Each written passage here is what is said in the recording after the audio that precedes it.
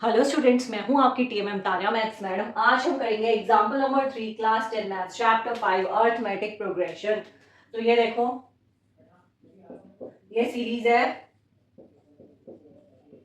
ठीक है। ये हमें गिवन है AP series, find the 10th term of the AP. ये एपी सीरीज है, हमें उसकी 10th टर्म फाइंड आउट करनी है। तो कैसे करेंगे? तो हमें ये एपी दे रखा है, तो हमारा क्या हो गया, ए क्या हो गया 2 और डी क्या हो गया 7 माइनस 2, यही होता है ना A2 माइनस A1। तो डी हो गया 7 minus 2 5।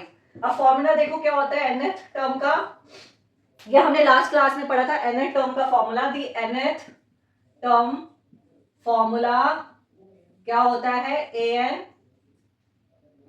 an is equals to a plus n minus 1d। हमें क्या निकालना है, an टर्म, और यहाँ पे n क्या हो गया 10th टर्म, ठीक है।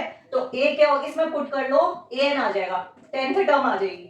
तो ये देखो, ये क्या हो जाएगा, n क्या है 10, a10, देखो टर्म ये कितनी हो गई a1, ये कितनी हो गई a2, ये कितनी हो गई a3। तो हमें 10th टर्म निकालनी है, a10th, मतलब a10 हमें निकालना है। तो a10 कैसे निकालेंगे, ये फॉर्मूला है, a कितना हो गया 2, पहले वाले को हम a भी बोल सकते हैं और a1 भी बोल सकते हैं। और d डिफरेंट, कॉमन डिफरेंस क्या हो गया, ये हमें मालूम है ap है, तो कोई भी दो कॉन्जिक्यूटिव नंबर का डिफरेंस निकाल लो। तो d is equal to 7 minus 2 कितना हो गया 5 हो गया, और n कितना हो गया 10 हो गया। The nth term formula an is equal to a plus n minus 1d। तो a कितना हो गया 2 प्लस n कितना हो गया 10 माइनस 1 और d कितना हो गया 5। सॉल्व करो, a10 is equals to 2 plus 10 minus 1 9, 9 into 5।